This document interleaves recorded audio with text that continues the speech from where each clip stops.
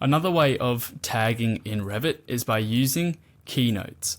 I'll often use a mix of both category tags and keynotes. So a keynote parameter is available to all model elements, and that includes detail components. It also includes materials. So any of these elements can be tagged using a keynote family tag. The keynote value is derived from a separate or linked Excel spreadsheet or text file that has data in it. Category tags are really good for in-model information like the door numbers and window numbers, room numbers, things like that. But keynotes I like to use for specifying different things. So there are two values you can have associated to a keynote.